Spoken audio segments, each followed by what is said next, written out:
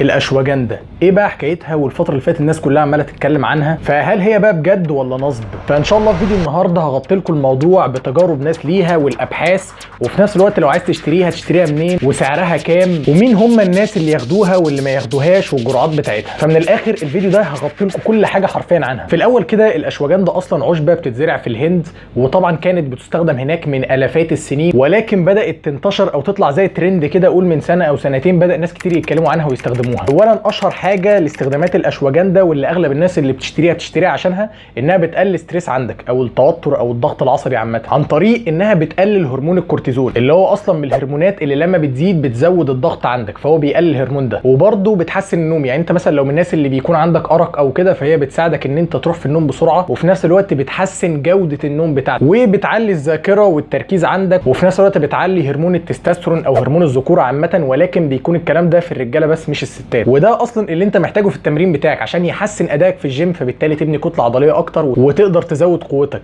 ولكن زي ما انا قلت في الاول اكتر حاجه مشهوره بيها الاشواجندا هي انها بتقلل الاسترس. بالنسبه لتجربه الاشواجندا انا بصراحه ما جربتهاش بنفسي، ولكن انا هنقل لكم تجربه اشخاص جربوها بالفعل. في مثلا يوتيوبر اسمه يوسف اشرف، طبعا ده شاب صغير بيقدم محتوى في مجال الفتنس، شاب بيقدم محتوى كويس جدا وانا ذات نفسي بتابعه. ده عمل عنها تجربه، وفي نفس الوقت في يوتيوبر تاني اسمه بهاء عمل عنها تجربه برضو، ولكن اللي قالوه الاثنين كتجربتهم الشخصيه كانت واحده تقريبا. هما الاثنين قالوا انها قللت عندهم الاسترس، حسنت من جوده النوم، وفي نفس الوقت زودت التركيز عندهم، ولكن كاداء في التمرين الاثنين قالوا انها ما فرقتش قوي. بالنسبه بقى لنتائج الابحاث عنها انا بصراحه هحاول اغطي لكم في الفيديو ده كل الابحاث الجديده اللي هي الايفيدنس بيزد الحديثه اللي هتلاقيها من 2019 وانت طالع، وفي نفس الوقت الابحاث اللي انا هكون جايبها دي مش مثلا معموله من شركات ادويه عشان مثلا ايه تخليك تنحاز ان انت تشتريها وكده، لا، هتكون ابحاث كلها موضعيه او بمعنى صح راندمايزد ترايلز، ودي من الاخر يعني معناها ان الابحاث دي اتعملت بشكل عشوائي تماما، فبالتالي المصداقيه فيها بتكون عاليه جدا. اول بحث معانا اتعمل سنه 2019، والبحث ده اتعمل على 60 شخص وقسموهم لمجموعتين، كل مجموعه كانت 30 شخص، والمجموعتين دول مجموعه ادوهم 240 مللي جرام من الاشواجندا، وده اصلا يعتبر الحد الادنى من جرعتك للاشواجندا، والمجموعه الثانيه ادوهم بلاسيبو، والبلاسيبو ده كده باختصار معناها انهم ضحكوا عليهم، يعني هم فهموهم انهم بيدوهم الاشواجندا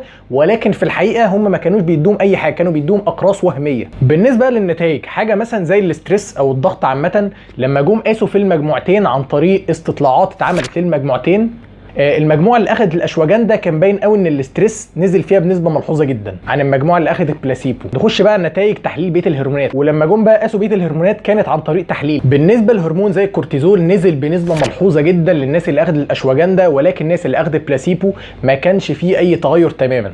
حاجه زي التستوستيرون او هرمون الذكوره عامه، فالهرمون ده زاد بنسبه ملحوظه جدا برضو عند الرجاله اللي اخذت الاشواجندا عن اللي اخذوا بلاسيبو اللي هم ما خدوش حاجه يعني. طبعا بالنسبه للسيدات اللي اخذوا الاشواجندا لو ما فيش اي فرق تماما في هرمون الذكوره. طبعا النتائج دي تخليك تقول ايه ده، انا اشتريت، انا هجيب الاشواجندا، او بمعنى صح البحث بيشجعك ان انت تشتري الاشواجندا. وبرده بصراحه احب اقول لك البحث ده راندومايزد ترايلز او بمعنى صح اتعمل بشكل عشوائي، فما فيش فيه اي انحيازيه من اي شركه ادويه بتوجهك مثلا ان انت تجيب الاشواجندا او اي حاجه من الكلام ده. ولكن يمكن يكون اكبر عيب في البحث ده ان هو اتعمل على 60 شخص بس، وبسبب ان العدد قليل كده فده بيخلي ان دقه البحث مش اعلى حاجه ممكنه. وبصراحه لما انا جيت دورت عن الموضوع ما لقيتش حاجه زي الميتا اناليسيز. الميتا اناليسيز دي بتكون ضمه مجموعه كبيره جدا من الابحاث مجمعوهم في بحث واحد بس، ولكن للاسف حتى الان على الاشواجندا ما لقيتش اي ميتا اناليسيز يعني. تاني بحث اتعمل برضه سنه 2019 كان بيقيس مفعول الاشواجندا على الناس اللي عندهم ارق ومشاكل في النوم، واتعمل على 60 شخص وقسموهم لمجموعتين، مجموعه كانت 40 شخص ومجموعه كانت 20 شخص. المجموعه اللي كانت 40 شخص خلوهم ياخدوا 300 مللي جرام من الاشواجندا يوميا، والمجموعه اللي كانت 20 شخص خلوهم ياخدوا بلاسيبو. طبعا بقى انا شرحت بلاسيبو انهم من الاخر ضحكوا عليهم وفهموهم انهم بياخدوا اشواجندا، ولكن هم في الحقيقه مش بياخدوا اي حاجه خالص. والبحث ده اتعمل لمده 10 اسابيع كامله، والنتيجه كانت في الاخر المجموعه اللي اخذت الاشواجندا الوقت اللي كانت بتاخده عشان تروح في النوم من وقت ما انت بتقعد على سريرك لحد ما تنام كان اقل بكتير جدا، بمعنى صح كانوا بيروحوا في النوم بسرعه اول ما يحطوا دماغهم على السرير، وفي نفس الوقت برضو جوده النوم كانت احسن بكتير جدا عند المجموعه اللي اخذت الاشواجندا. طب مين بقى دلوقتي يقدر ياخد الاشواجندا؟ طبعا اي حد يقدر ياخد الاشواجندا، بسبب ان الاشواجندا اصلا تعتبر من المكملات الاو تي سي، او بمعنى صح تصرف بدون روشته. يعني انت ممكن تروح لاي صيدليه او محل مكملات وتلاقي عندهم الاشواجندا وتشتريها بدون ما يبقى معاك اي روشته او كده. ولكن برضو في بعض الناس لازم عشان ياخدوا الاشواجندا يتابعوا مع الدكتور بتاعهم.